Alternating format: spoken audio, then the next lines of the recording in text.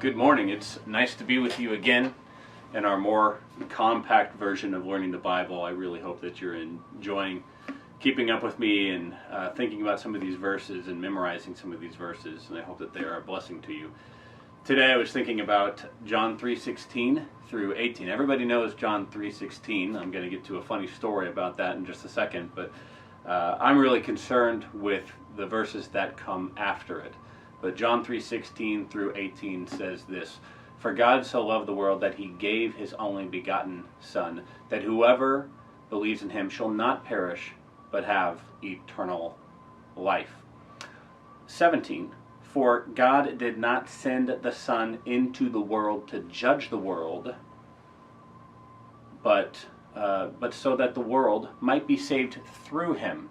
He who believes in him is not judged, but he who does not believe is judged already, because he has not believed in the name of the only begotten Son of God."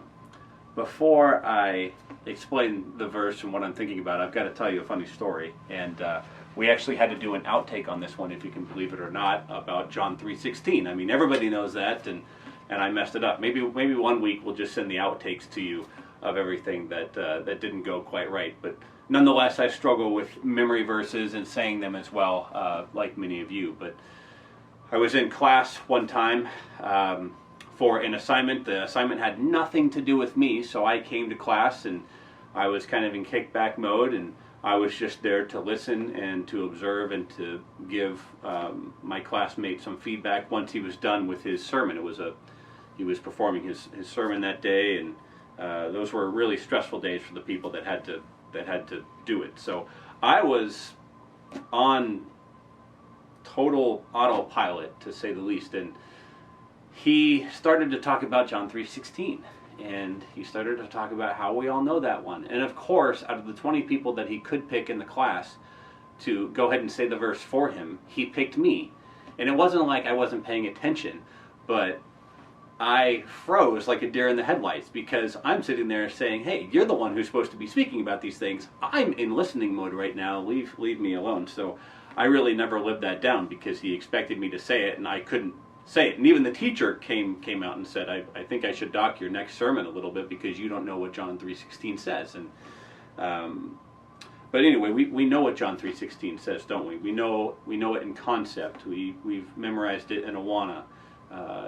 It's clearly the most famous verse in the New Testament, and there is a reason for that. But I'd like to draw your attention today to John 3:17 through 18. And I want to say just two quick things. One, about verse 17. Jesus Christ came into this world to save it, not to judge it. But we need to understand that salvation and judgment are the opposite sides of the same coin. In a sense, they are one and the same. So his specific purpose to come in the world was not for the moment of judgment. But we need to understand that if we reject that salvation that he offered us when he came to save the world, the only result is judgment. So he can still say that I came to save the world and I do not judge the world. He's right. He's not doing it now in his present mission. He's going to do that later. So please understand that, when we explain the gospel to people, salvation, if you reject salvation, it's going to result in your judgment. And then 18, and this is what I really wanted to talk to you about. The sin of unbelief. That is the most heinous, most ridiculous sin that one could really commit. That is the root of all sin. And what it really, what's at the root of that sin is a distrust of who the Father and the Son are. The Father and the Son are faithful. The Father and the Son have given us an opportunity to understand who he is in his character.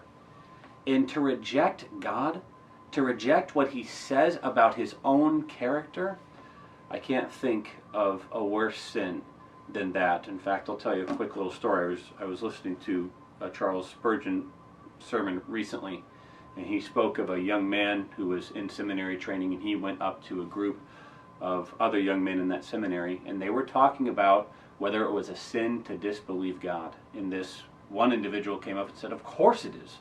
Does not the Bible itself say that if you do not believe in him, you are condemned?" And that is the truth. That's why it's so important to believe in him. That's why it's so important to trust in him and to grow your confidence, grow your assurance in who the Father and the Son really are. Remember, if you confess the Son, you have the Father also, right? They're one and the same. The Father sent the Son loves the world, the Son came to save the world. And we believe that. That is the essence of Christianity. So remember, when you're thinking about John 3:16, remember John 3:17 and 18 as well.